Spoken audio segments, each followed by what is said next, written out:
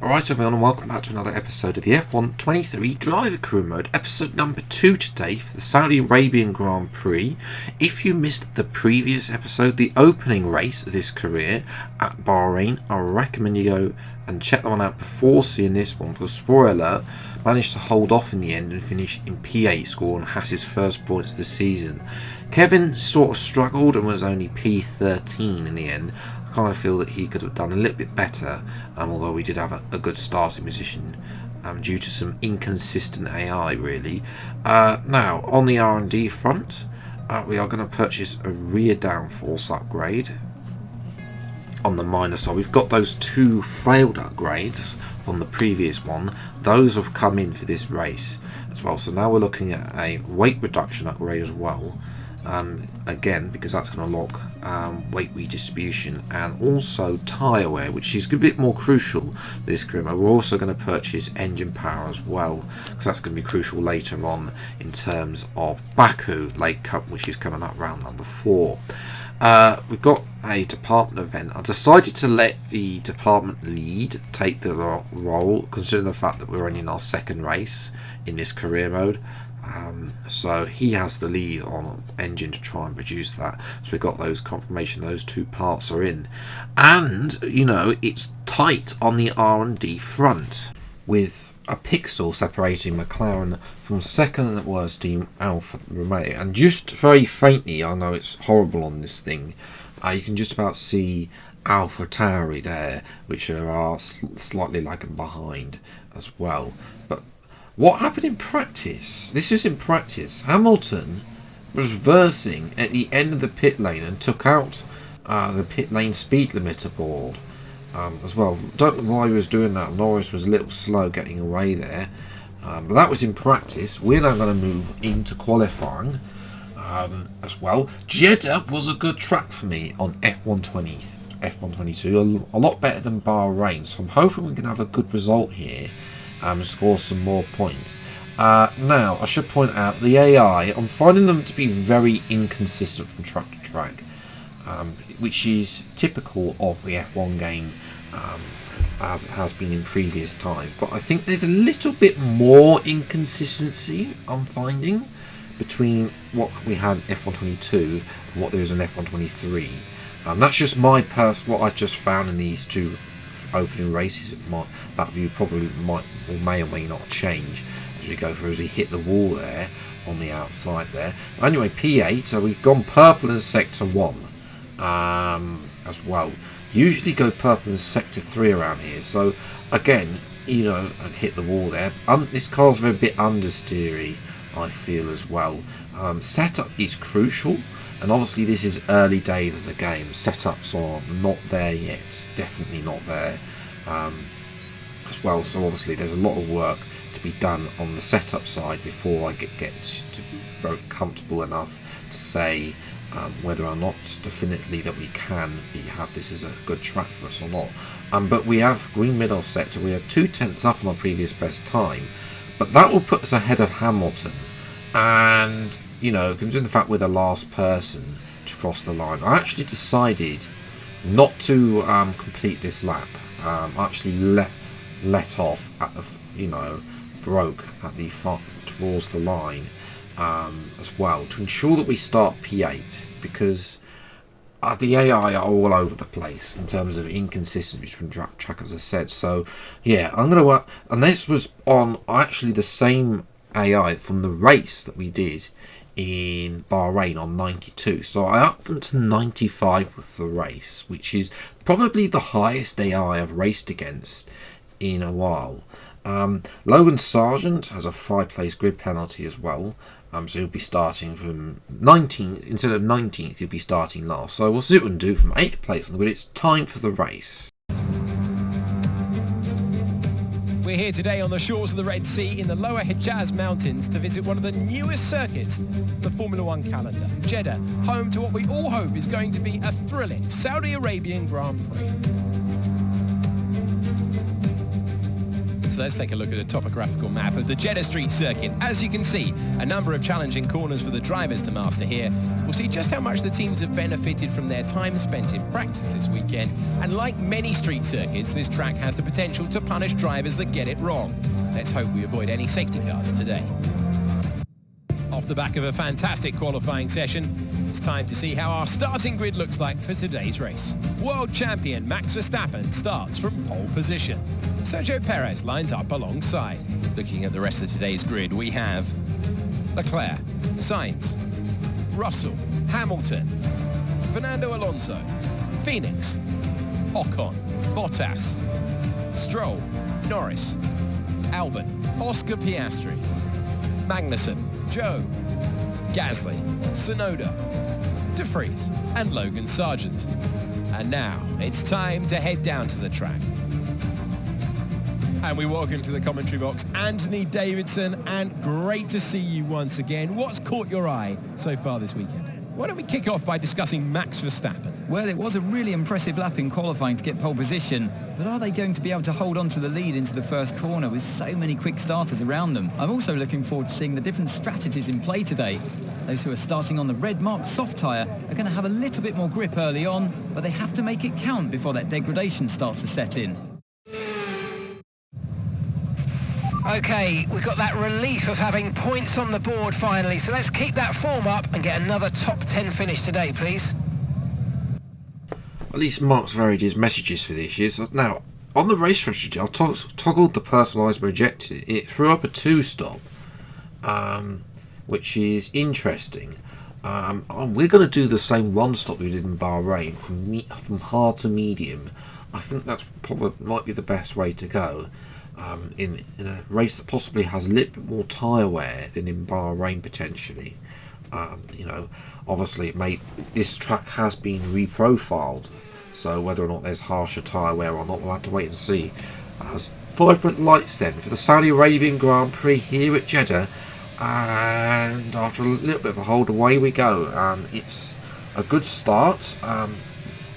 So having a little look at Alonso, decided to go have a look down the inside, but Alonso just pinches to that curb and he'll have to back out of there, otherwise we're going to lose a front wing. And the curbs are not friendly in this year's game. One person who's got a great start is Charles Leclerc. Instantly got Perez off the start and also getting in front of Max Verstappen. So Leclerc in the Ferrari leads this race for the time being. But it's not going to last. The Red Bull are, well, they're showing their real-life OP performance, and Verstappen is going past Leclerc. Leclerc's going to be fair. He's going to put up a fight. He's on the worst time, but Verstappen is finally through and into the lead. Behind us, we've got Stroll making a move. Stroll had yet another poor qualifying, but can he make up for it now? He finished P10 in Bahrain. Obviously, Daddy Stroll in real life has said that he will be matching Alonso at the end of the season. We'll have to wait and see if that actually happens. As well as Ocon as a go at us at the end. Not with DRS. I mean, it's all about defending here.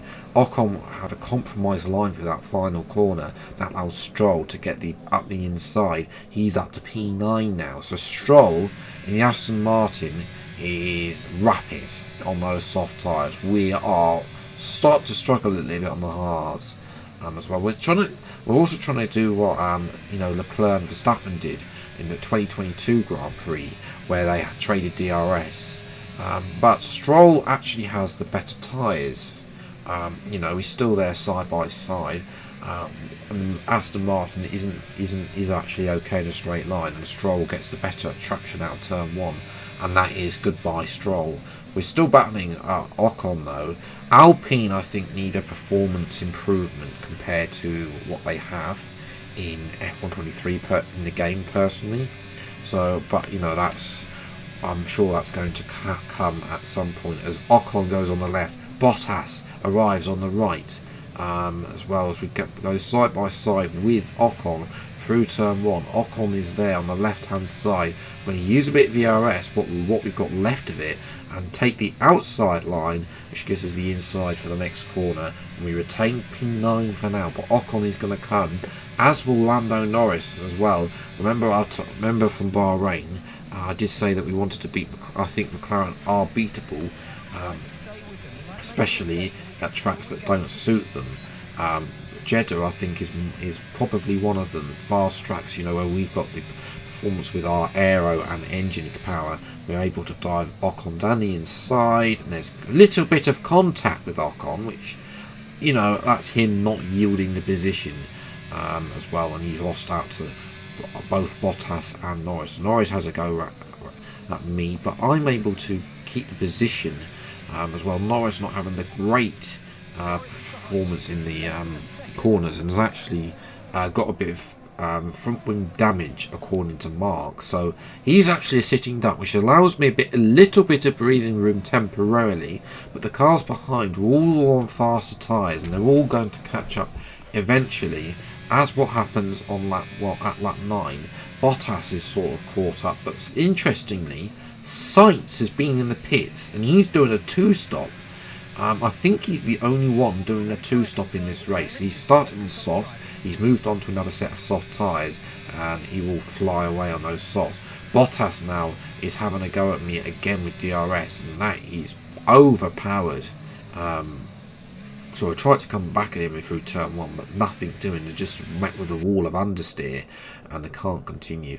But at least it could be worse, because our teammate is fighting for P18, ladies and gentlemen. Yes, that's right. He's fighting Logan Sargent, Nick De Vries. You know, Kevin needs to be doing better. This should be a better circuit for us, even though we got the worst Sashi on the grid. Our aero should give him the performance he needs as well. As we jump to lap 12, we're finally back in front of Bottas with DRS. Took a couple of laps to get back in front of Bottas, to be fair. Same engine in the back of that Alpha, but Bottas eventually picks. We've been joined by sort of a bit of free air, as Mark has a change of strategy for us, except the change of strategy stream doesn't work on F123, so I don't actually know what he's offering. So we're just going to carry on our 1-stop, I think. As well as come on the end of lap 13. Tyre wear really bad. Jeddah 60% on the fronts, slightly less on the rears. You know, can we make it to the end? We've got sort of 9 laps remaining on these soft tyres, on 13 mediums, excuse me. I think we should be able to get to the end there. And the question is, can we get in? There's a whole gaggle of cars there. Can we get in front of Lando Norris? Yes, we can. And that's crucial to keep P9 as well, not get stuck behind those fighting. Ocon, both McLarens there. I think that's Albon as well, all squabbling over position. Gasly in the background there as well, and they're all going to start squabbling behind. And Norris has still got his front wing, and I think his damage has got a bit worse. And Norris actually came. This is actually Piastri, who has inherited that position from Norris, but he's been overtaken by Alex Albon. This is for P10 actually, but they're both on medium, so interesting to see the split strategies on F123 and the 50% races between either a soft medium or a medium hard strategy as well. On the case of Carlos Sainz, 2 sets of softs and a medium as well. He's all over the back with the Mercedes and he's still behind his teammate, and he's got another pit stop to make, so it's not actually worked that out well for Sainz, and he has to make another pit stop. As the hard runners now are starting to come through. Medium tyres, remember, they pitted about lap 9 earlier than I did, so their mediums will be horrible as well, except for Sainz, who has now pitted and he's flying out there in the 1:30s.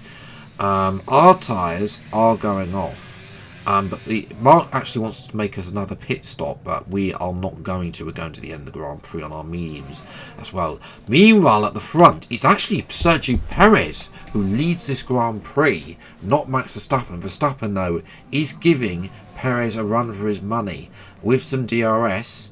Verstappen is chopped off by Perez there on the outside, and Verstappen has to resign the fact that he's not keep P2 for now, as that is Gasly on the move. I don't know where Ocon is in this race, but Gasly, you know, was down the order with a penalty or a bad qualifying, can't quite remember, but he is ahead of Piastri now, and that's Perez going slowly.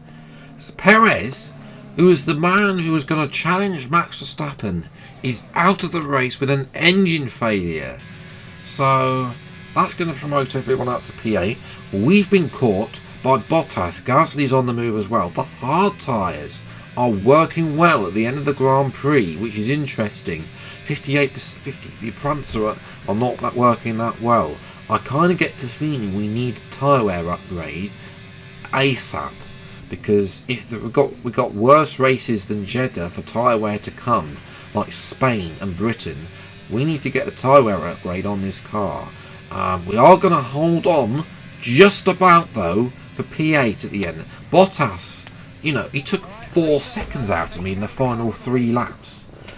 He had insane pace there at the end on his hard tyres. The hard tyres held up. Gasly gets a point as well, despite qualifying, slight starting down in P17 in the end. But, you know, for us, it's another position. It's another points as well, which is going to help us in the constructors. But, you know, obviously we didn't have real pace. Stroll, to be fair, you know, we were 48 seconds behind the leaders, just showing the gulf between the top 5 teams and the rest of us. Or to be fair, we did beat both Alpines today. Ocon, I don't know what happened to him. I think he got stuck behind mediums of Piastri and Norris and just didn't really manage to come in the end. So in the drivers, Verstappen's way out in front as he always is. Russell is in second after Mercedes secured a double podium ahead of Leclerc. In constructors, we've moved up to P5 ahead of McLaren, which is really where our fight is at.